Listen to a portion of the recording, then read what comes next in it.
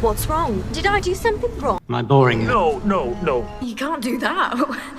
We need you. Can't you play something more exciting, sir? There is one thing you might like. Tell me more, sir. It's called Pull to open. Pull to open. Yes, and what do you do? Oh, it's broken. Most of the universe is knackered, babes. If you have made an incorrect accusation, I will have to kill you. And you put them together, and it feels like the most holy thing on this earth. Hello, babes, and welcome to Pull to Open. Normally a random quest all over the Doctor Who universe to go to every single story in random order. But tonight, we are jumping time tracks. We have clear coordinates in time and space, and they are tonight. They are the premiere of Doctor Who Season 1? Correct. Or 14. And episode 2 of season 1. It is we're giving our hot take here, guys, on Space Babies and the Devil's Chord. It's happening here right now. I have just finished watching them for the first time, literally like 15 minutes ago. I think the credits ran on the second episode, and boy, do I have thoughts. I bet you do. I was going to say, I bet you do, Rubathon Blue of the 57th century hatchlings, or whatever she was. My name's Chris Taylor, and yes, we are delivering not just a hot take on Space Babies and the Devil's Chord, but also a little bit of my lukewarm take. And be prepared, because there is a twist at the end, and we will be not talking directly to RTD. RTD has not yet actually called us, but we have some word from RTD on what we've all just seen for the first time on Disney+. Last time, not just word, though. We should clarify this. It's not just like we're patching in some interview he gave somewhere. No, he gave an interview to Mashable, the publication Chris W. Taylor. I like that. It's going to be my new middle initial. Because you're all about the 5 W's, and you nailed him on these. Anyway, basically, they gave an interview to Mashable. You got a couple questions in. Yes. I'm excited to get to them because they're very good questions. Yes, but speaking of questions, last time we talked about these episodes, Pete asked me a lot of questions because I'd seen the screeners. I'm not great with spoilers, so Pete interviewed me to make sure I didn't spoil too much, that it was all wrapped around his questions, what he wants to know. By the way, we're spoiling everything tonight. I mean, if you haven't seen it, shut it down right now. Shut it down. Go watch it. Go fire it up. Go fire up Disney. Go fire up BBC. Big shout out to the UK folks who stayed up past midnight. You are my people. And but yeah, so this time we thought we'd flip it around, since I'm very keen to get Pete's reaction. We really haven't talked about it before we've gone on air. I'm excited to get into it. So I am going to interview Pete. That's going to be the format of the hot take versus the preview. So if you're ready, sir, my first question is, how much do you hate me that I now have you on tape saying, so there's a twist in the end, eh? Which is to say, what did you think of the twist in the end? I've been the one who waits for this twist. I honestly, I kind of liked it. It's so nuts. So remember when I asked you the question, we're kind of flipping questions here, but yes, I asked you the question, what do you think? This was my 1,000-yard stare question, which was, if you had to look back 5 years hence and get timey-wimey and look back on this era, what do you think it would be known as? And I'm now thinking this is the zany madcap era of Doctor Who is what it is. Yes. And it's very deliberate. Like, RTD is obviously clearly, it's a big risk, and I'll get into why it's risky as we talk about it. But it's a big risk doing this kind of farcical goofiness, which I gotta say is super fun. Yep. But I'm seeing a pattern to it. I'm seeing what you were seeing, the winks at the camera, the maestro turning the camera, they'll call it the Mrs. Flood stuff. Yes, it's all a pattern of some kind. It is quite deliberate. Somewhere. Yeah, leading somewhere. It is fourth wall breaking, and that is. I'll just interject with what RTD said to us on that topic, because that was one of the questions that I got in. we asked him about the fourth wall breaking in the first episodes. He said, I like that. That's really me. You'll see whether that's heading somewhere or not. I'm also glad to say that we don't do too much of it. I just like doing it. I think my work has been heading that way for a long time. I always feel like characters can turn, to the camera. He references House of Cards. He references Dickens, basically doing that in a lot of his storytelling. There's a lot of his characters are, turning to the reader. It's the cast love it. I like his answer there. He's a little cagey about it. I think he's being cagey and clever. Oh, maybe I'm going somewhere with it. Of course you're going somewhere with it. If he isn't, I got to say I'm going to pull my hair out. Like this can't just be for pure fun, But did you get a little chill from it though? For me, I mean, so Jinx, that's the whole point. There's sort of a dark, not a darkness, but like this isn't just silliness, like there's some dimension to this that we're not quite fully seeing yet. Yes, but I sense it. So just to be clear, in case you're also sort of like your head is dazed, and I actually didn't realize this till I just watched the start again. Jinx Monsoon, the maestro, does it twice. I thought when I was writing about this, that she only did it once. Once in the beginning where she starts off with playing the theme tune on the piano, which, how about that for, an intro? I've never done that on Doctor Who before. That was awesome. But she's looking directly at the audience and going, here's your theme tune, buddy. Let's get started. And then when she draws the curtains, when Maestro draws the curtains, before they're about to swallow the little old lady for daring to play Claire de Lune. I feel like it was even more than that. I mean, yes, that was definitely one of them. And then I think there were bits where there's sort of the hush moment that were borderline. I think there might have been at least one other. But yeah, all of that was great. So, quick hot take. I like the Devil's Chord better than Space Babies, but I did not. I was kind of expecting to kind of hate Space Babies, but Space Babies was all right. I mean, it was kind of cute. And I got to say, like, the breakout star for me, and it's why her poster's on the wall behind me, like, is Millie Gibson. Like, I knew I liked Ncuti Gatwa already. He's great. Yep. I don't know if I love all of his choices here. I mean, he's big, right? His presence is so big. He goes to 11 a lot. He does. And I like that. I don't know if I'm going to like that forever. Like I do think he's also good at knowing when to do a 4 or a 5 or even a 2. Right? What did you think of that scene, by the way? Just to interject on Ncuti, the scene where basically they confirm the Gallifreyan genocide. They confirm that what the Master did that was the great calibration I'm talking about, because he sort of starts with the yell like it's gone, and he's gone, Rubes, it's gone, and he has to sort of go down, and sort of go like, I'm the last, but he's also kind of like a little bit. I'm kind of over it, like I've done the confronting of that in the morning of it, and now I'm just this is who I am. Whether or not that's putting a Band-Aid over something, or it's something they're going to go deeper with it, I don't know. But he really needs played there. And he really needs someone to play off. I think this is what we can see with Ncuti, is just like the Doctor, like he needs a good companion to play off. So you felt Millie Gibson fits the role. I think she fully won me over. I mean, I already liked her. I did think she was good in her debut. And I mentioned that when we just did it. Go check it out. The moment that really won me over was the end of Space Babies. I think it's one of the best welcome to the TARDIS scenes that's ever been done. And her reactions are just so natural. And she and Gatwa just like play off each other, bounce off each other. Like the energy gets so good. Honestly, you're talking about her getting the key in that moment. I kind of teared up a little bit. Like the emotions were just so real and palpable to me. And just the joy of not just going on this adventure, but going on this adventure together.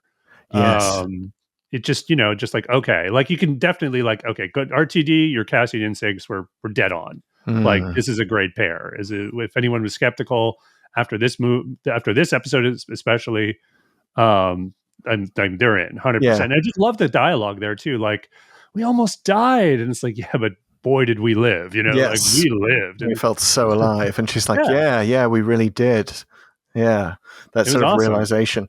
And what do you think? I mean, Ruby's she's kind of interesting in the way she goes backwards and forwards, right? And I think maybe the beginning of Devil's Chord is a good example of this, where she asks for the Beatles in 1963, and then she wants to charge out of the TARDIS, but then she's like, oh, wait a minute, but 1963, we gotta change clothes, right? So there's this want to run screaming into danger, but also like, let's be careful, let's think about this. And she seems to do that very well, right? Yeah, and it makes sense with the character, what we know about her, right? She's had to grow up in this, not a harsh life, but like, she's had to take care of her mom and her grandma. You see her in the first episode bringing groceries to them. Like she has this sort of sense of responsibility that's tempering the joyful youthfulness, and the doctor is kind of needing to bring a little bit of that out, right? Like, let go, have fun. Like you haven't had the greatest life, but you're only, what is she, 19 or something? I don't know. 19, yes. 19 in the show, but it does say that 19 in the DNA scan right at the end of Space Babies. right. You see that she's Homo sapiens. You see that she's 19 years plus 3 hours. Right, of course. Although you'd think from I guess that was her birthday, right? She was actually born on Christmas Eve. Christmas Yeah. Eve. Yeah. So yeah, I guess it would be. So all that works. Oh yeah. Okay. So I'm going to jump around all over the place here just because we're talking about it. So it made the Ruby's birthday, the whole mystery more interesting, where the doctor literally goes back in the memory. Yes. And the memory changes. And I like that he observes that, because at first you're not quite sure. You're like, are we just seeing more of the scene that we didn't see before? Yep. But then he goes like, wait a minute, that didn't happen. And now I'm remembering it happening differently. And then there's the snow, and he sort of imparts just how weird and fantastic that is. Like this memory sort of comes out and becomes physical. Which is nice. cool. It's nice there, isn't it, that they sort of differentiate for new audiences. Ruby is like, does that happen with time travel? And he's like, I have never seen this before.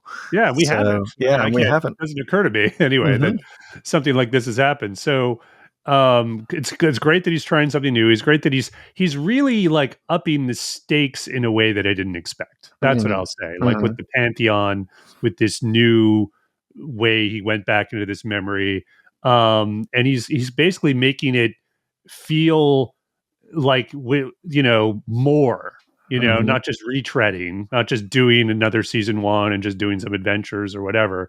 No, we're actually layering on some things. Yes. And like, it's very respectful too. Like it's really impressive how he's layering on, he's including all the stuff that happened with Whittaker. And it's just, okay, that's part of the show now. And that's what we're saying. And until I, as showrunner or some future showrunner, changes things, this is the backstory now. And it's like, okay, very respectful. I think if there's any character in these 2 episodes that represents RTD, I think he's Eric, the baby charging into danger with his tiny little sword.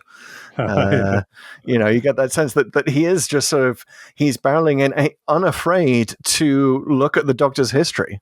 And here's where I got to switch gears, go straight to Devil's Chord. Let's talk Susan. What did you think of that scene? It was good. Yeah. Like I'm off. I kind of, the way we talked about it, I thought it was going to pay off again later at the end when you talked about the twist at the end. Right? Yes. That they were to come back around to it somehow. I really was expecting Carol Ann Ford to just sort of show up in the very last second, like walking across Abbey Road. And then like, and then the TARDIS disappears. Like that would be an interesting twist at the end, rather than it just being Henry Arbinger. But we'll get to there is another twist in the twist at the end. We'll get to it. Well, it's interesting. Like it confirms, I think, for the first time, like just how long he was in the 60s. I think everyone's always sort of thought he was there for a while, but the fact that he was there basically all year at least, yes, is kind of interesting. So that's cool. That's right. Well, it's cool, but also I think Child Protective Services is now going to move in for the fact that this guy is just keeping his granddaughter in a junkyard for an entire year while sending her to school. I mean, I know it was 1963 and everything, but anyway. But yeah, do you think this is Chekhov's Susan? As in, if he mentions Susan here is he going to pay it off by bringing Carol Ann Ford back? I don't know.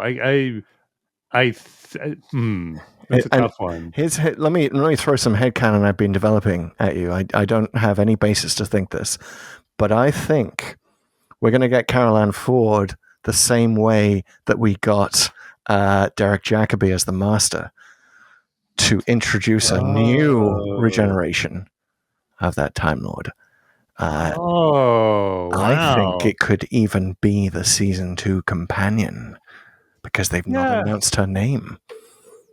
Oh wow, dude, you're going all over. You are playing advanced level 4D chess. Yeah, I think it's got to be a Chekhov's gun. Come to think of it, because of all this sort of extra stuff he layered on there. With he doesn't know if she's alive or dead now. She thinks the genocide sort of waved through time, which kind of makes sense, right? Because the Time Lords, yes, they were sort of like self-contained on a planet. Like they decided they were just here and weren't anywhere else, but they presumably they had people elsewhere, right? Like at some point. And so maybe like some, we don't really know the nature of what the Master did, but it was like, yeah, killing all the Time Lords everywhere would kind of make some kind of sense. It would, yeah, and he interjected that thing about how it rippled out in time and space, and so he thinks it's killed all the Time Lords, but he doesn't seem sure. So he doesn't seem sure, and it sort of implies, I don't know if they have to go here. This is definitely some things to mine for Big Finish, but why not just go check? You could go to the 22nd century and see if she's okay. Right. But maybe he did, and maybe she just wasn't there, but there was also like no body or no evidence that she was killed. Right. So he sincerely doesn't know. Get David Bradley's back stat for a series of webisodes where he just goes to that future Earth and just checks in on her. Doesn't actually run into her, just looks around a corner or like, I like that idea. Okay, so we put the question, are you looking to bring Susan back to RTD? We just went straight there. Oh. Here's what he said. It's interesting. I put that in as a little test. I thought, I wonder how this will go down. Frankly, she hasn't been mentioned in the show since 1964. Obviously, not counting the 5 Doctors. So I wondered how my own bosses in the BBC would take it. Wonder whether no one had ever heard for her. She's a beautiful artifact from the show. Was going to disappear. I don't know what he means by that. So I put that in as a little test. I'll take it out if no one likes it. And everyone loved it, apparently. And it's very much a series in which we're searching for Ruby's family. The doctor no longer knows who his family was. He's discovered he's a foundling. And so suddenly the whole mention of family gets richer and richer and richer. So without giving anything away, I can promise we're going to talk like that more and try and stare down who the doctor is and where he's from and where he's going. So that's not a no. That's not a no. We're not going to bring Susan back. I put that in as a little test. Yeah. I wonder what he means by where he's from. I mean, is he... I think we've done enough of that for a while. I want to know where he's going more, right? Right. But that was the one sentence that made me think he's Eric charging forward with his little wooden sword. It's like, we're going to stare down who the doctor is and where he's from. Like, wow, that's bold. But also, like, Chibnall's kind of opened that up, so he kind of has to go there. He does keep talking about the foundling thing, and it's like the whole parallel thing with Ruby's story. They both want to find out where they're from and why they're here and etc. So it kind of wouldn't be fair if she got to find out and he didn't. Yeah. All right. Some more questions for you. What do you think of the Beatles? They were okay. I think I see what you said about them not really having much resemblance to the actual Beatles, which was too bad. But they, you go with who can give you the best performance, and I thought they were great. They both really only get one scene, with the Lennon actor gets to talk to Ruby and Paul gets to talk to the doctor, which was fabulously shot, beautifully directed. All the moments, the beats, the spoon falling and all the reflections of Maestro everywhere, just top notch. I mean, wow. Like the not just the technical, it's not just the Disney money I'm praising, obviously, like the talent they're getting on this show. It's just amazing, just really, really great stuff they're throwing together here. But the Beatles, yeah, I just kind of wanted more of them, and I wanted even a little more at the end there with respect to music and tunes. Obviously, you couldn't do Beatles tunes because we talked about that last time. But something, and they did have the bit with the song in Ruby's birth, which was kind of cool, and I like the whole Carol of the Bells thing and peeling these layers. And I will say it made more logical sense, even though the maestro is kind of ridiculous and is this sort of nuts, has these crazy powers. I think it made more sense than the end of the Giggle and the entire season of Flux. There's sort of a rhyme and reason to it. You get that what she is. She sort of crawls out of pianos. There's certain things she doesn't do, like crazy overpowered stuff, in the sense of like, I'm just gonna, what the serpent guy was doing in Flux and stuff like that. Just it wasn't random, I guess is what I'm saying. It's like, okay, I get it. She can manipulate songs and she uses that as her weapon.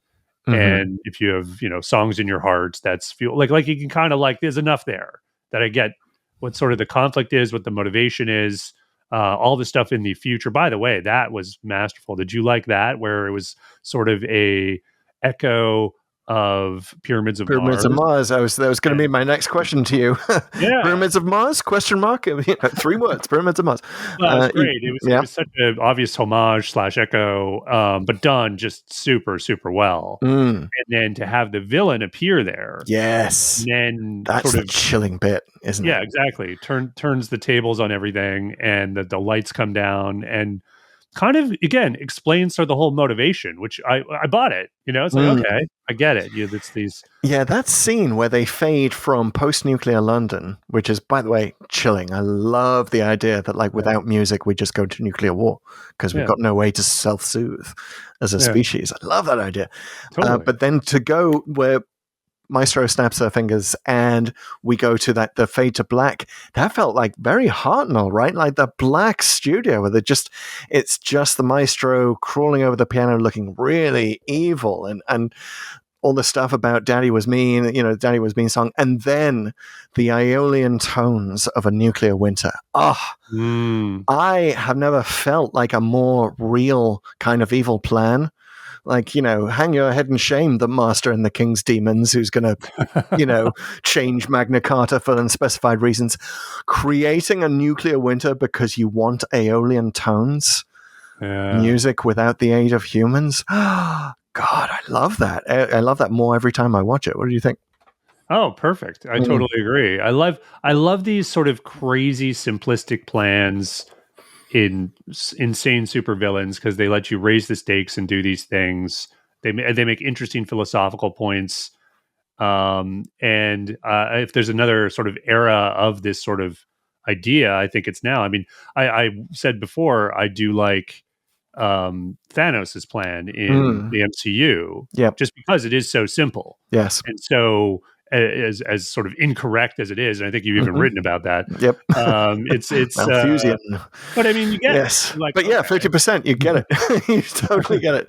And there is a twisted logic to it. Yep. And the same thing here. It's like I'm going to use this and get even more powerful, and then extinguish all life in the universe, and that's going to be my magnum opus or whatever she says. Yes. And it's like, that's crazy enough. I believe it.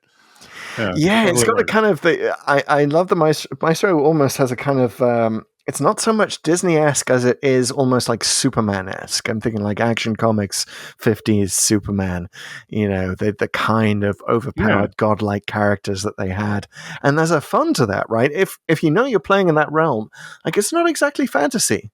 Because we've been here before with the toy maker. Like this is building on something from the 60s. There's a lot of it hinges on them having they're having fun, but the hero is so serious, and that's what really does super well in this episode. So even though he's can still do 11, certainly he's like when he's going like the Pantheon and Ruby, we have to hide, we have to go and. That the last time it literally torn my soul in half. I can't do this. Yes. What did you think about that with By Generation as a reopening of it? Yeah, it's an interesting sort of layer to put on it that it sort of felt like that. And I wonder if that is going to give RTD some reason to come back to it, to sort of heal the soul later. Yes. Maybe not this season, but maybe further out. Well, funny you should say that. One thing we got RTD to say, which I think does qualify as news, is that he had just inserted a bi-generation reference into the second season. Ooh. Okay, that's news. But he did also caution. First. You heard it here first, but he does also caution that it's like you're not going to hear about it a lot. Right. It's not. He said it's not particularly heading anywhere, which I think what he says when it's actually not particularly heading anywhere. Yeah, he doesn't want us to think too much about bi-generation. It's too central. Like that might, he doesn't want to red herring us on that, which I appreciate. Yeah. I mean, he's had red herring us on everything, man. Like he knows how he's going to end this whole era, and it's going somewhere, and everyone's going to come back. It's going to be Tennant, it's going to be Bradley, it's going to be Carol Ann Ford. I'm sure there's going to be like future K9 with like legs or something. Wow, anyway. Well, that would be a twist at the end. By the way, before I get too far, I got to say, I'm going to let you know that there is another twist in the end. I don't know if you spotted it. The twist is Henry Harbinger returns, right? The Harbinger, the maestro isn't. But Susan Twist, who we have talked about in the Church on Ruby Road, the one who said, "Can you play Gaudete?" who was also Isaac Newton's maid.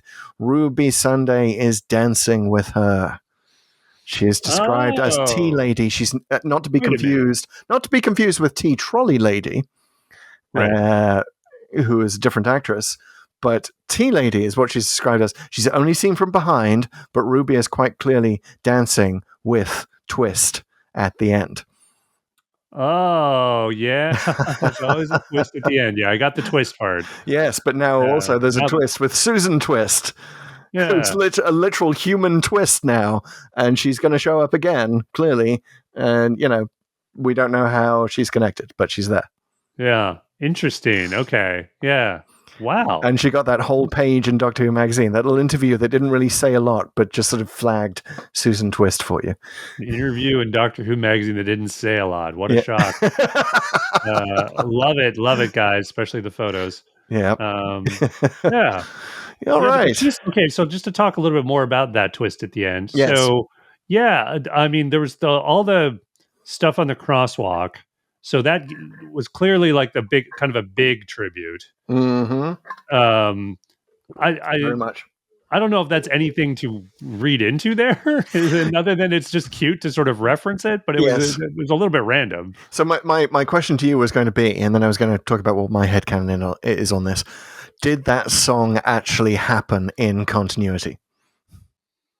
Well, I think yes. I mean, I think if it did, but in a sense that it does, and everyone moves on like that was made sense. Mm-hmm. And I feel like at some point they'll think about why it doesn't make sense. I don't know. But I mean, this kind of needs to go somewhere. That's all I'm saying. If it really doesn't go anywhere, then I'm just going to be like, well, what are you doing? You're just sort of doing Bollywood style stuff at the end of things. Like, again, this is a house of cards he's building. It's got to go. It's got to turn into some kind of structure at the end, or it's just all going to come falling apart, man, because it's just not going to mean anything. So, yes, Mrs. Flood in isolation doesn't work.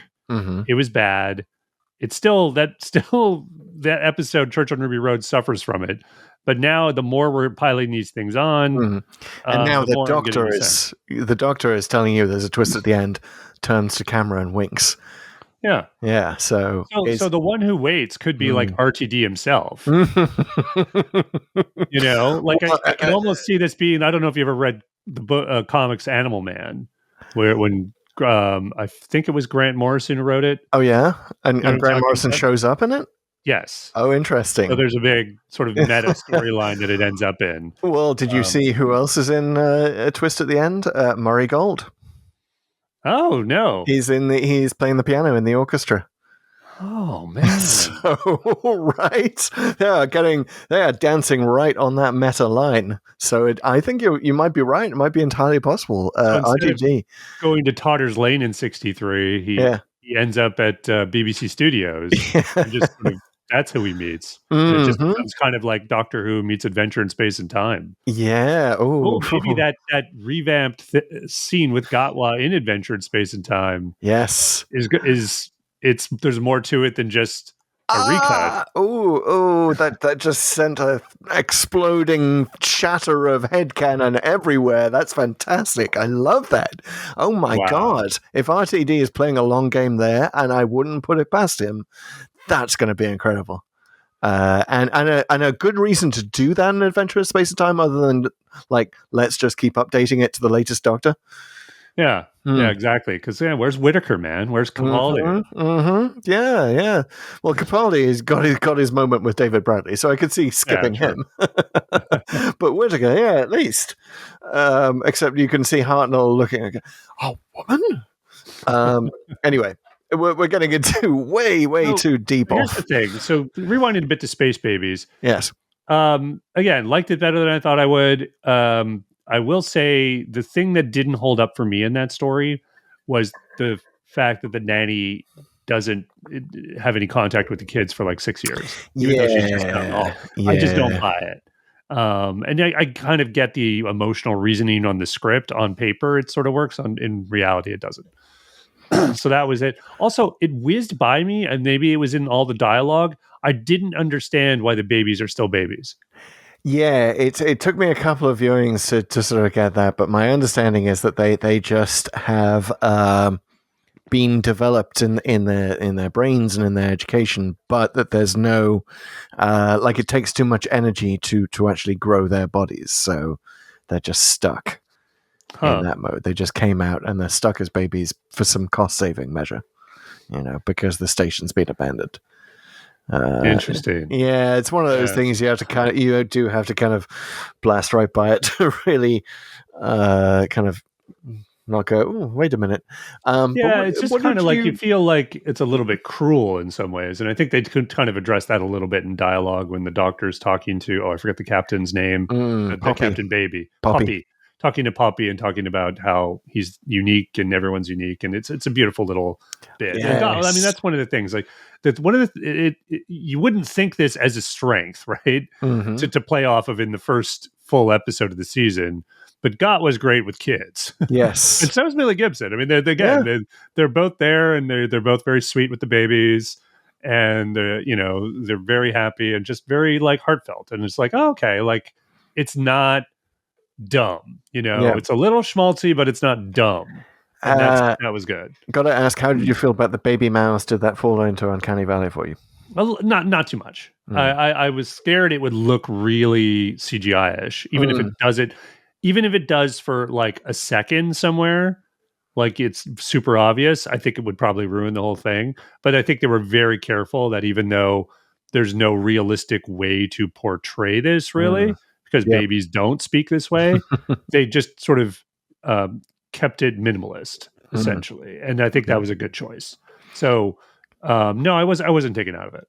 Good. Yeah, I think the director made some good choices in terms of cutting away from a lot of scenes where the babies are talking before you've really got a chance to zero in on, like, let's look at the mouths. Let's try to tip ourselves into Uncanny Valley here. So that's a good directorial choice, I thought, with that.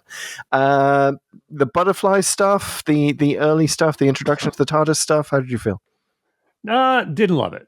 Well, so that just the butterfly thing specifically, I didn't love. The other stuff, the dialogue was fine. Nothing blew me away like the TARDIS key scene, other than Gatwa's genocide stuff, and that was really well played. But the butterfly thing, I got it, but it's a little contradicting 60 years of Doctor Who. I mean, yes and no. I guess there have been certainly episodes where they sort of change things in real time. But, the next episode is certainly exactly the opposite, right? Like stuff's happening in time, and the Doctor even tells Ruby, you haven't changed or faded away because you're with me. Right. Which, well, wait a minute. Then we just saw a butterfly get killed and then she did change. Right. So He does this thing where the butterfly compensator that he kicks in. Yes. Which is, the controls are different. Forgot to set the butterfly compensator switch. So here's the thing. Like, this is honestly, here's what I'll say this was. Mm-hmm. This was a trick that RTD's doing, honestly, to prevent future me's.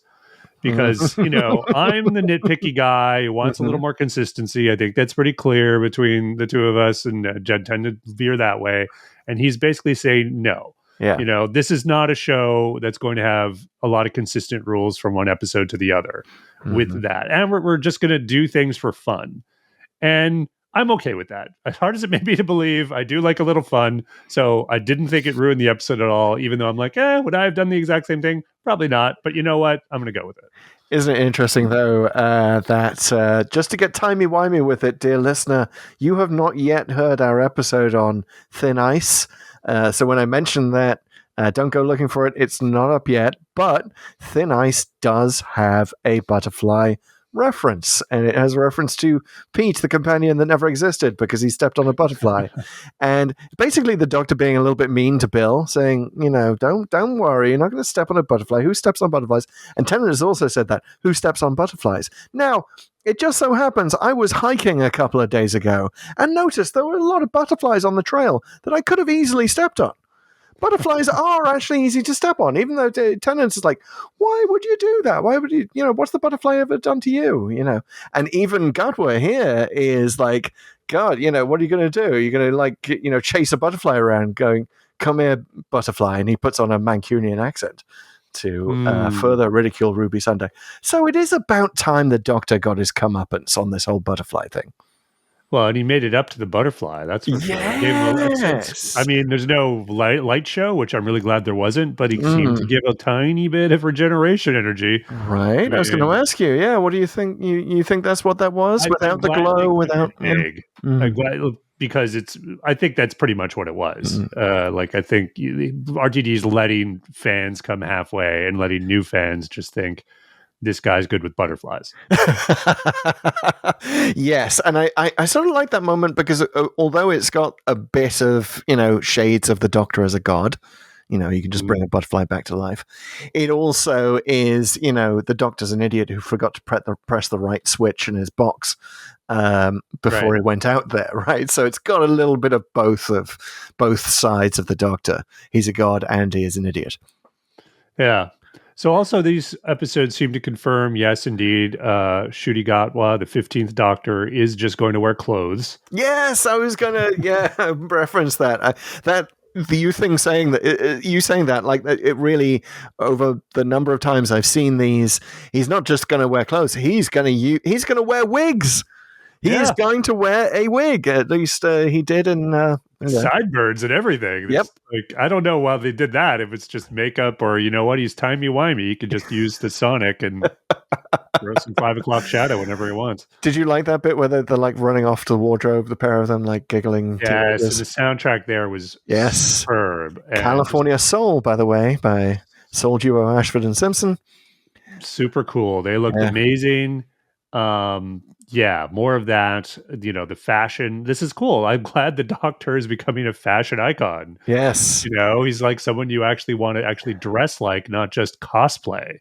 Now, isn't it interesting that was the only music that they would have licensed in that entire episode? Would be that song California Soul. And I think it's because it does fit so well with the way that they're doing a sort of fast motion thing as the Doctor and Ruby exit the TARDIS, like they're cutting out a few frames and it just goes perfectly well with that funky song. But they've not licensed anything else. Like, even at the end, when you hear, when London is lighting up with music again, you hear someone saying Figaro, no rights to that, and you hear Rhapsody in Blue, which only just in 2023 went into the public domain. Oh, interesting. So, just in time. It's nice to know. It in 2023, though, right? Well, it's only actually on our screens now, so I wonder if the descendants of Gershwin can come in and say, "Hey, you." But yeah, it's nice to know that with everything changing, with all the Disney money, Doctor Who can still be a little bit cheap. Yeah. Not license any Beatles music, not even license any Cilla Black music. By the way, do you know Cilla Black? I don't. So Cilla Black, for anyone wondering who Cilla was when they go next to the studio next door, also a Liverpool singer, friend of the Beatles, became beloved in the UK for being a TV presenter. She was sort of Davina McCall, as it were, for many years. She did our version of Blind Date. And she okay. Was it just, called Blind Date? yes. Huh. Yeah, got a Laura laughs. That was her catchphrase. Laura, in Liverpool accent. As in a lot of laughs. Yeah. But yeah, so Cilla Black was a friend of the Beatles. The Beatles did give her her first song that was her first hit at the end of '63 when she signed up with the Beatles manager. So it's a little bit out of time that she just happens to be there now. But yeah, that's why she and Ruby sing about being two girls from the Northwest. She's also from Liverpool. Okay. Good stuff. Yeah. Okay, so one thing I just got to get off my chest that I thought was just going too far with it, and an unfortunate choice was, although I can see why he couldn't resist it, was the whole methane explosion to push the push the yes. space station. Did you have to add the cloud? That's the Here's the thing. I actually didn't hate it given the episode and sort of the tone of it and all the stuff with the boogers. It's like, I get it, but I was a little embarrassed for the show. Yeah. It's okay. This is the first season. You're doing this. Like, I know some people are going to be turned off by that. I'm not saying I even had to forgive it. I thought, like, okay, I get it. Yeah. It's funny, but now I got to ask: did you watch it with your kids? What did your kids think of Space Babies? Well, this is the thing. So I think Grace thought it was fine, but I think they were both, as kids, older kids now, but kids, not really into stuff that's probably more appealing to younger kids, right? Yeah. And so Jack kept saying in Space Babies that, how am I supposed to take this seriously? Yeah. And I get it. So I think he was taken a little bit out of it with that sort of younger kid pandering. Yeah. I do think want to reverse the order of the episodes, don't you, for teenage viewers? Yeah, and you can if you wanted to, but I got to see it in order, right? But the bit where the God, what is it called? The Jabberwocky creature, the boogeyman. The boogeyman is getting pulled out of the airlock, and the doctor sort of has the resonant last of his kind thing. Yeah, and I think that's powerful regardless. That's again, that I think really, like, if you're not into the baby stuff and you're turned off by it, I think that's going to save it for you. Yeah. So it's good. I will say, as a resolution to the airlock problem, I don't think what he did worked or should work, right? Like, and again, I hate to be the nitpicker here, but it's my gig. I kind of love it. Go for it. If you're getting sucked out of an airlock and you're going in this direction, if the air's supposed to go in that direction, why the hell would you end up against, 5 feet across? I think, in other words, I think to make it just make physical sense, for him to actually run into the door, there should have been like one other thing. Like, it's like there needed to be something there, like a rope or just a rod he could like push off of so that he would go to the corner instead of out the center of the thing. Because I just didn't quite buy that. That took me out of it a little.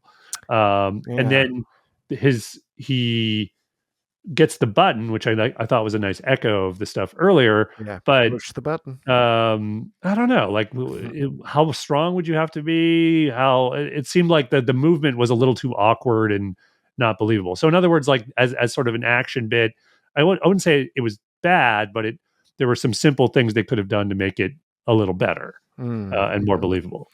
What? One last question on Space Babies. What did you think of? Like, there's clearly he's going for a political metaphor here, like the moment where they talk about the planet down below is like prepared to, like, doesn't wants to flood the universe with babies, but doesn't want to take care of them.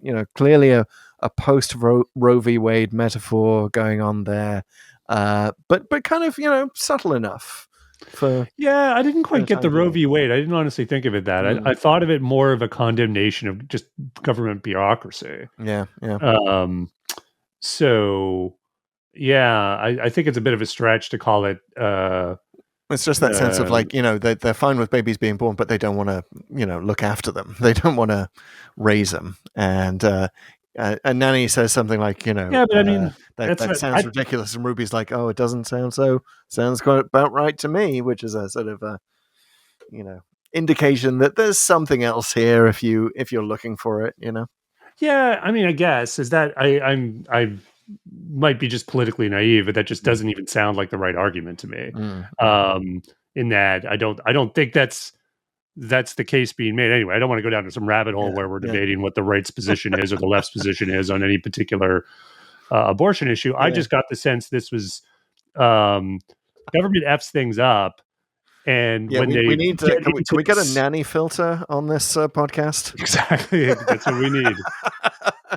It's essentially like, I mean, you could read it as almost a condemnation of central planning, and maybe not quite communism. I guess you could go that far if you wanted to read into it. But this idea that we're going to central plan this society where we're going to plan all these babies, but we don't actually have a plan to what happens when we have them. You could argue this is even like a reversal of what China's done, right? Yeah. Whereas like they tried to plan to not have babies for a long time, and now that's come back around to completely screw them demographically. Interesting. Wow. So when the government gets involved in planning this stuff, like it's just things turn out not great. Interesting. Or in this case, the corporation, they do mention the corporation name. I don't remember it. They mention it in a way that you sort of think, oh, we're going to hear from that corporation again. Something like Dubois, yeah, a couple of do's in it. Was that a corporation or was that just the planet down below? It was. I think it was a specific corporation that was operating the space station that was somehow connected to the planet. But the Doctor recognized the name of the corporation. It kind of felt a bit sort of Doctor Who comics to me. Like, remember the oh God, who was the big frog guy with the big cigar who was kind of the big CEO dude. I vaguely remember this. Yeah, I know who you're talking about. I can't really remember either. When they said the corporation name, I got those kind of vibes. Anyway, that might be going somewhere. But let's anyway, long story short, we saw different political things in that. I think that's good. I think it's not too preachy. It's like, that was a problem a lot of people had with Chibnall was the sense that you were preached at. You're getting beaten over the head with it. Oh yes. Yeah.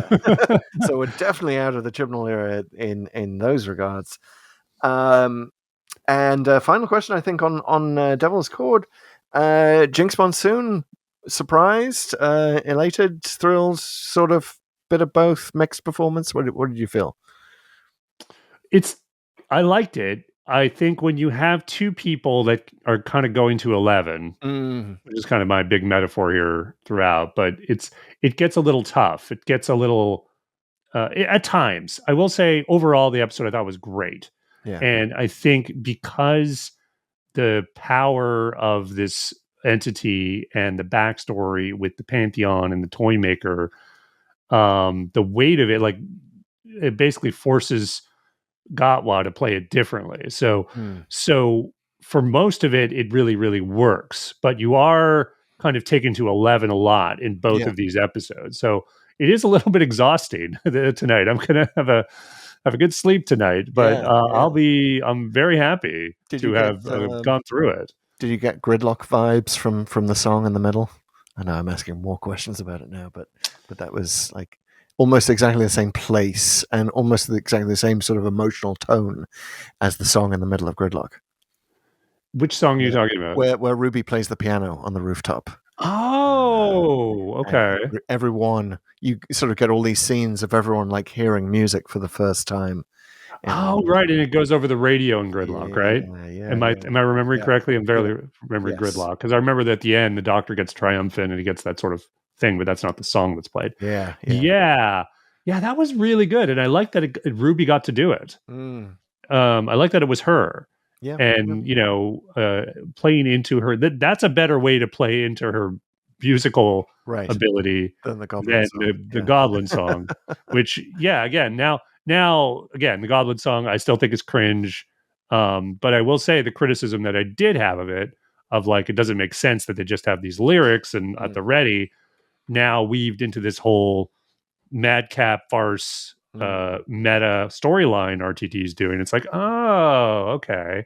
And part of it is that they don't notice until at some point they will, or the show will, or something will. And we're going to figure out what this is. Yeah. One more thing I'll say about Devil's Chord, and interesting choice. I almost got kind of Dalek-like vibes from it. The Doctor being afraid of the Maestro and kind of scaring Ruby because he's afraid, because he's so like, we can't do anything. Like, I had one trick with the toy maker, and I can't play that trick again. Yeah, I also like the one trick thing because totally, yeah. I mean, and you should only have one trick because it gets boring to the audience if you just keep using the same thing again and again. That's right. So, yeah, it's cool, and it does make sense. You would be able to short circuit the Sonic, if she sees it coming because it's noisy. Yes, but and the silence, that silent scene we talked about a little bit about this. I teased that in the preview episode. That was kind of a very interesting and effective use of silence, I thought. Yeah. No, it really worked. Again, like what they're doing here with the talent, with the risks they're taking, it really feels fresh. Like, that's what I'll say about this. I feel more invigorated about what's coming, more interested in it, because it is different and because he's really, sticking his neck out a little bit on the stuff he's doing here. I mean, I'll say, word of warning, RG, this better be going somewhere. I don't want just madcap farce for the sake of it. I'll totally go with it if this is about something bigger or at least something clever. And but I like it. I'm trusting it. I'm going with it. Yeah, it does come down to trust, doesn't it? We talked about this before in the Flux episode about Tribunal, like, he just didn't earn our trust and kept doing things to not earn our trust, and RTD is like, could be going in the same, the House of Cards could all fall kind of, madcap direction, but you trust him. We've been on many journeys with him. He's the man who brought Doctor Who back, like, and there's, you do get the sense of like he's stretching himself, but also he does want you to trust him. He does give off the vibes that this is going somewhere. And speaking of going somewhere, boom goes the dynamite. What did you think of the trailer for episode 3? Yeah, or lack thereof. Yes. It's not, he only stepped on a mine, or she, I should say, stepped on a mine just a couple of seasons ago. Yes. So back in, I think, was that series 11? It was, wasn't it? Saranga Conundrum. This is like, this looks like it might be Saranga Conundrum, but if they didn't actually get beamed anywhere and they stepped on a mine. might be Moffat's starting point. This will be his third mine, I believe, including Genesis of the Daleks. Let me know, fans, if I've missed any. Oh my goodness! I wonder if that's the reference that RTD is going to insist that Moffat incorporate in that. Throw in a little Genesis of the Daleks. Just Harry Sullivan comes running in. Wait, no, the rock goes right there. Come on, one side, Ruby. Yes. And he messes it up somehow, and the Doctor's like, Harry Sullivan is still an idiot. Imbecile. Yes, thank you. Pausing only to adjust our definitions of idiot and imbecile. Well, I got to say, the last time they did a trailer and with virtually no content and didn't tease anything about the episode, I loved it, which was like A Wild Blue Yonder, which was might be the best thing RTD's done so far in this new era. Well, you gotta know. I mean, I've said it in the preview. I'll say it again. Putting Moffat's episode in position number 3, which is, and if you're a fan of making a good playlist, like we're talking music here in Devil's Chord sense, but song number 3 has always got to be a banger on any good playlist, unless you're Blur. In which case, it's song number 2. Yeah, I get where you went there. Yes. Okay. I mean, not much to say. I just think it looks fun. It looks like it's going to be tense. I read the preview in Doctor Who Magazine, and suspense was the word that they came up with, and lots of suspense. And so I'm into it. I think we definitely need we needed that in between episode between Space Babies and Boom to ramp ourselves up there. I think, you had Space Babies with, the fun, the general lightheartedness, we just get the happiness and the joy of this pair. And then we have Devil's Chord and it's, oh, wow. And then we had high stakes and, lots of evil and good and big forces. And now we need something that's just going to like freak us out and like keep us on the edge of our seats. And then there it is. We're ready. And Moffat is the man to do that. And let us not forget that he was like the maestro, almost gaining more power as time went on. I think he sort of sucks down the energy of unwritten Doctor Who scripts because, of course, Worlds Enough in Time / The Doctor Falls, one of the last scripts he wrote, was judged like the second best in all of Doctor Who history by readers of the magazine recently. And, of course, it was just the season before that we had the best, according to fans in Heaven Sent. So, plus he has Blink. Yeah. Greedy. Not even to mention Blink and Day of the Doctor and Empty Child and Doctor Dances and everything else. And he is rested. My God, is he rested and ready? So, not to overhype it, but I think this next episode is going to be the best thing that Moffat has ever done in history. Oh, crap, I just hyped it. All right. We'll put the nanny filter on that, and it will automatically lower the temperature of everything I'm saying about the Boom episode. All right. Nice. Well, that's actually another Moffat nod if you think about it, because that's a little play on the Dalek thing that he put in The Magician's Apprentice and Which is Familiar. Indeed. All right, folks. Well, I think this take is cooling off a bit, so we are going to take it out. Say sayonara for now, but we'll be back for some Boom action. And guys, don't forget to follow us on all the socials. Pull to Open 63. Subscribe to our newsletter, pulltoopen.net. Hey, check out Patreon, patreon.com/pulltoopen. Support the show even on Spotify. You can do it there too. Leave us a review. Give us a Whomoji. Have I missed anything, Chris? I just, if you want to know exactly where we are on your favorite social network, Google it. There it is. Oh, and by the way, guys, our episodes for the regular Random Journey are going to start coming out on Sundays when we have hot takes on Friday night, as this one is. That's Thin Ice will not appear this weekend now. It'll appear next weekend after our hot take on Boom. And but we will see you back here for that. Yes. Right. Take care, babes. Don't step on any landmines on the thin ice. Or butterflies. Take it easy.